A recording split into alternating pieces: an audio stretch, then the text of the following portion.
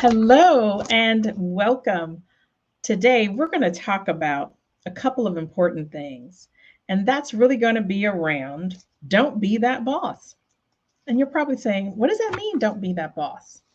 Don't be that boss that employees don't want to have that person that they talk to. Don't be that boss that is not likable by the staff. So that's what we're going to talk about today. So, my name is Dr. Linda Jordan. I'm the CEO of LRJ Coaching and Business Solutions. And today we're going to talk about don't be that boss. What are three simple things that you can do to be a better boss?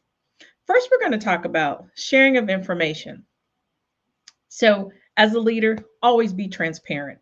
You want to make sure that your teams have a true understanding of what's going on in the workplace.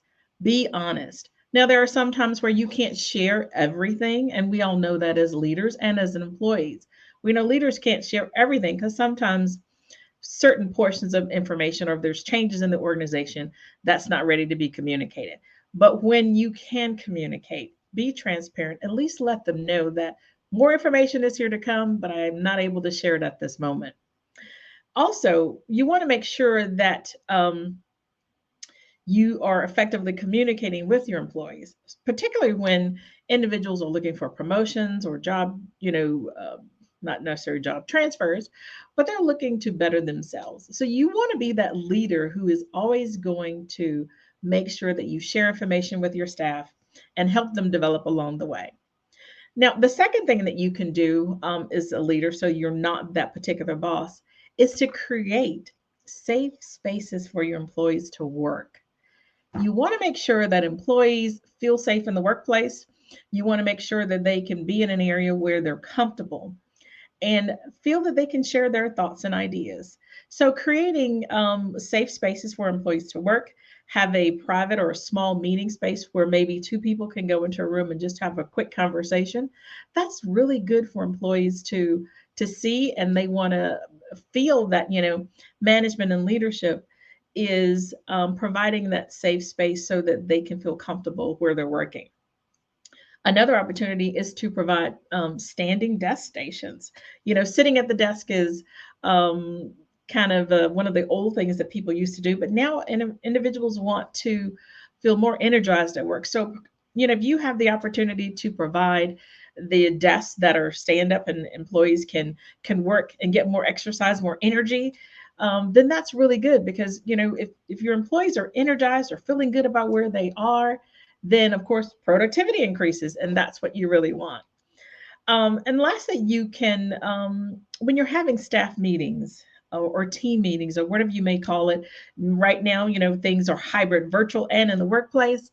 You want to make sure that you give your employees the opportunity to be a part of those meetings. Ask them what are some of their thoughts and ideas when you're creating the agenda. You also want to make sure that they are a part of the discussion. You don't want to be that boss who is the person discussing every topic, sharing all the information. You want to have your staff and your teams be a part of those discussions. Let them participate actively. And when they're sharing information, their colleagues going they'll be much more engaged. But as a leader, you don't want to be the person always talking at every staff or team meeting. You want to make sure that you connect with your teams, get their thoughts and ideas so that they can share that during those meetings as well. And any time of discussions that you're having, make sure that you are always inclusive. Right now, diversity, equity, inclusion, and belonging is a hot topic. So you want to make sure that you have your DEI goals and objectives in place.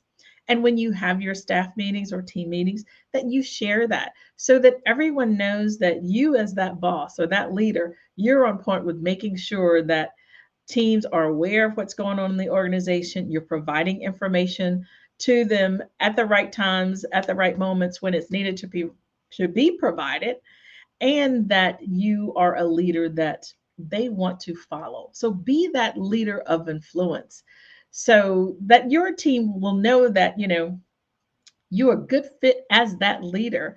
You know, Sometimes staff may think that, well, why is that manager, that leader? They're not a good fit. But you want to be that leader, that boss that employees will just want to be around. They'll want to model you as the leader. And that's one of the things I did in corporate America was I found a leader who I wanted to model. And when you start to follow and model those leaders who are great leaders and they have that level of influence, then life is a beautiful thing. Your teams will be productive. They will communicate with you. They will work in collaboration together. And when you do that, productivity increases, it skyrockets. And that's when you want to do employee surveys. You want to do it first when things are not going so great because you want to find out what's going on with the team. Why is production a little bit low? Why is there a lack of disengagement?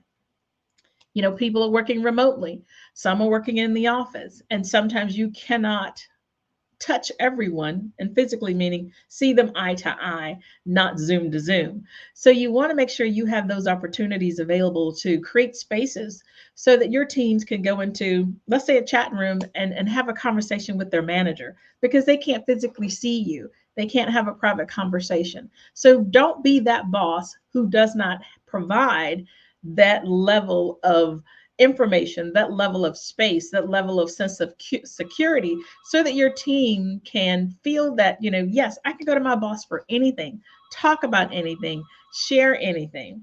So don't be that boss who is not an inclusive leader, who is not an influential leader, who is not someone that people can talk to. Don't be that boss that your staff is trying to get away from. They're applying for another job, they're looking for something else because they don't feel a connection with you. So don't be that boss, but be the boss that leaders will want to elevate you to that next level, and your staff will do the same for you as well.